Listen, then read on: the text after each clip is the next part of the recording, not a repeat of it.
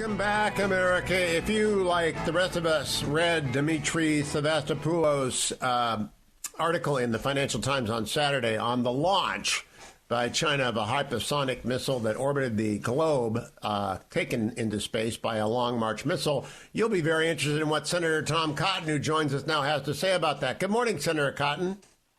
Good morning, Hugh. Good to be on with you. It's great to talk with you. Now, I know you're a member of the Senate Intelligence Committee, so Dimitri's article in the Financial Times may not have shocked you like it shocked me, but what to make of that news? Well, Hugh, it's a reminder the Chinese Communist Party wants to replace the United States as the world's dominant economic and military superpower so they can call the shots, so they can dictate to the United States what our policies will be around the world and who we can and cannot support, and that they can hold all of the United States at risk with the threats of nuclear annihilation. How significant is a hypersonic in space? Pretty significant, Hugh.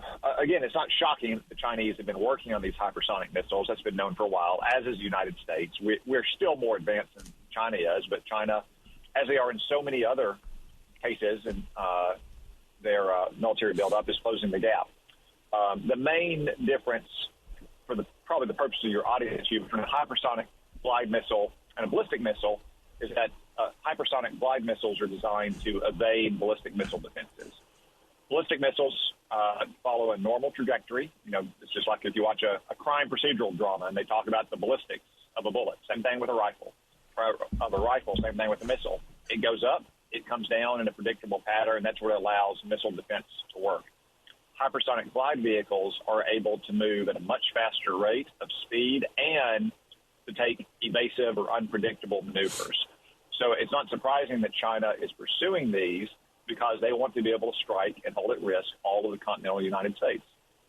Now, the only response to hypersonics is either MAD, mutual assured destruction, by having our own that can do at least as much as theirs can, or an undetectable, indestructible nuclear deterrent, such as the Columbia class might present, or directed energy weapons, which I understand are at least 5 years away. Does this announcement or this scoop make it more likely that the Democrats will pause in their rush to spend at least $1.5 trillion and put some of that in the national defense? Tom Cotton? Well, Hugh, I wish that were the case, but frankly, the Democrats have been the party of military weakness for decades now, going back to the Vietnam War and then Jimmy Carter and on through Bill Clinton, Barack Obama, and Joe Biden. Like clockwork, when Democrats take power, they cut the military and they waste money on welfare programs and on their clients and their patrons. So you would think that China conducting such a rapid military buildup would have been a wake-up call to the Democratic Party for a long time. Just not the case, though, Hugh. They don't understand that strength is what matters in foreign policy, because only the strong can survive in a dangerous world. And for that matter, only the strong can protect the weak, and only the strong can afford to be merciful. Now, am I not correct that any single Democrat or Angus King, independent from Maine, who caucuses with him, and I like Governor King, Senator King a lot, or Jack Reed, who is allegedly a hawkish kind of, could not any single Democrat insist that part of this massive fire hose of additional spending they're poised to pour out on the United States include Columbia-class funding or hypersonic or directed energy weapon funding?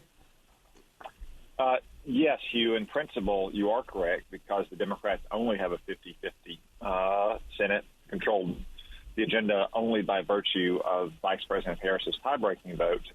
But for any Democrats, even those you mentioned who are serious at times about our national security, to hold up the Democrats' massive welfare bill and Green New Deal to demand more military spending would be about as popular in the Democratic Party as holy water is to vampires.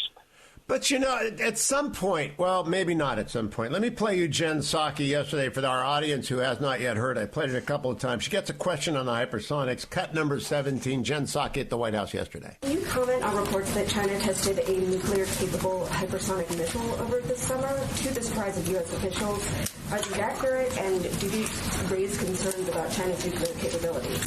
Well, I know Secretary Austin, I should say, was asked this question this morning and addressed it, but I'm not going to comment on the specific report. I can say and would echo what he said, which is generally speaking, we've made clear our concern about the military capabilities that the PRC continues to pursue.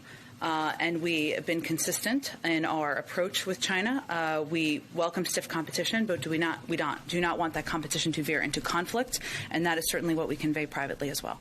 Now, Senator Cotton, we welcome stiff competition has never exactly been the Democratic line on arms control and nuclear weaponry. But if we're going to have stiff competition, it's going to take some money. So what is it? Are we giving up, or are we going to compete? Hugh, first off, I'd like to address this common rhetorical turn of Joe Biden's administration. The president himself has said on numerous occasions that we welcome the competition or we're not afraid of vigorous competition. Hugh, this is not like some Olympic matchup of figure skaters or basketball teams where you go out and you compete in a game and then you all shake hands and hug on the medal stand afterwards. This is a struggle for mastery of the world, in which life or death are the stakes. So for these Democrats to keep saying we welcome the competition is the height of folly. We don't welcome the competition. We'll see who the best team is, and maybe we'll play a best-of-7 series the way they're doing in Major League Baseball right now. We want to beat China. China is waging a Cold War against us. Part of that Cold War is the military buildup, not just these hypersonic glide missiles, but the new missile silos they're building in western China, fortifying their air force and naval capabilities just across Taiwan on the Taiwan Strait. These are all of a piece with their efforts to replace the United States as the world's dominant superpower. And it's time to get rid of this idea that it's just a friendly competition in a game and face the facts that we have to win this Cold War. Otherwise, we will lose it by default. Some Democrats are in love with the rise and fall of great powers theory, that there must be a handing of the baton off every 100 years or so between Great Britain and the United States, or now between the United States and the CCP. That is actually dire, because they are not committed to what we're committed to. They're not even in the same playing field, Senator Cotton. Am I wrong in that? I don't think I'm being hyperbolic.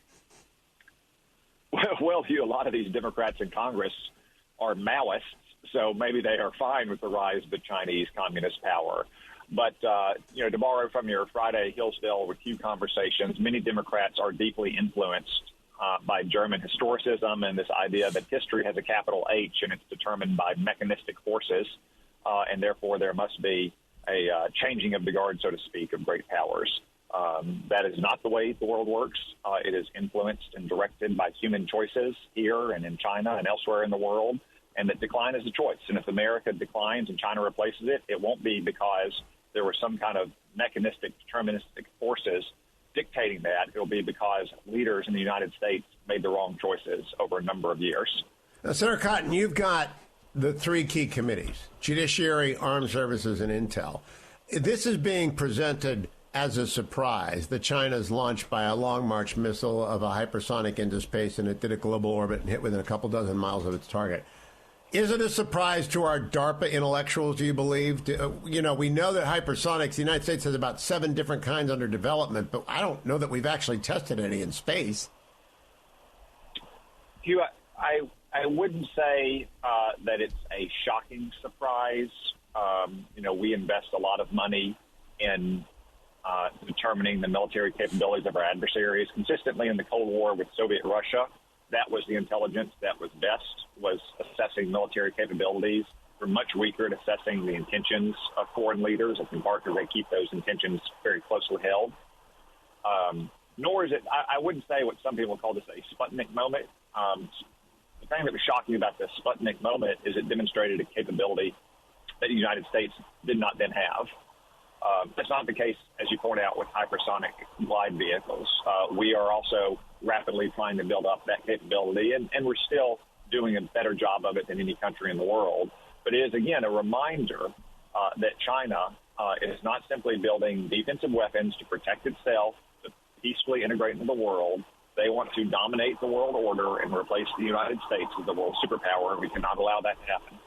There was an article by Ross Douthat in the Sunday New York Times, Senator Cotton, that James Bond's newest movie, the fifth in the Daniel Craig turn at 007, or not 007, depending on how one reads the movie, left one with the impression that China didn't exist. There is no mention of China, not in any of the 5 Bond movies made by Daniel Craig, except with Shanghai as a backdrop and another fleeting backdrop shot. As opposed to the original Bond franchise was built on Russian being a menace, the Soviets being a menace. Do you think that's purposeful on Hollywood's part, just like the NBA silence on Hollywood is purposeful?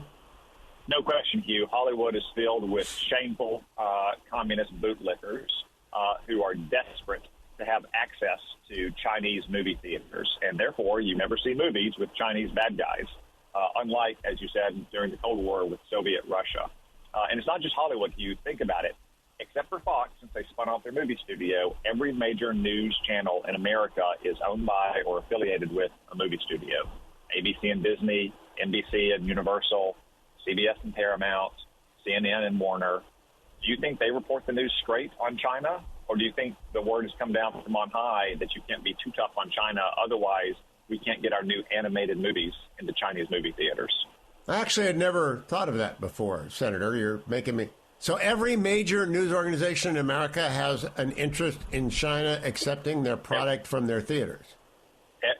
Every major TV news channel, the 3 major networks, ABC, CBS, NBC, MSNBC, which is their NBC's affiliate, and CNN, are all owned by or affiliated with a major movie studio.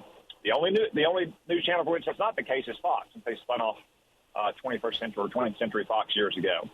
So do you seriously think the corporate executives, those companies, allow their news channels to report the news straight on the Chinese Communist Party when they're trying to get their latest James Bond movie into Chinese theaters, or trying to get their latest Disney animated movie in Chinese theaters? Give me a break. Have you ever held a hearing?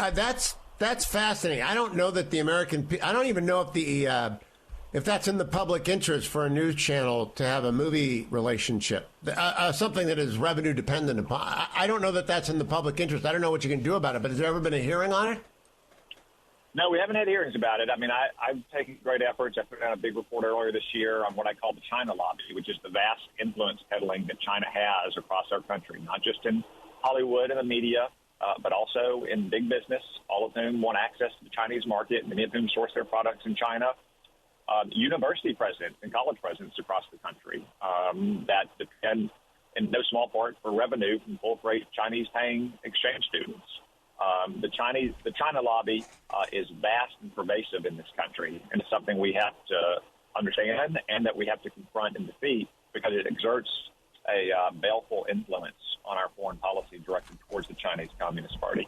It's also a lobby now trying to downplay what the hypersonic breakthrough means for them. Senator Tom Cotton, always a pleasure. Thank you, Senator. Great to catch up with you on this most important of issues. We will transcribe and post that interview with Senator Cotton.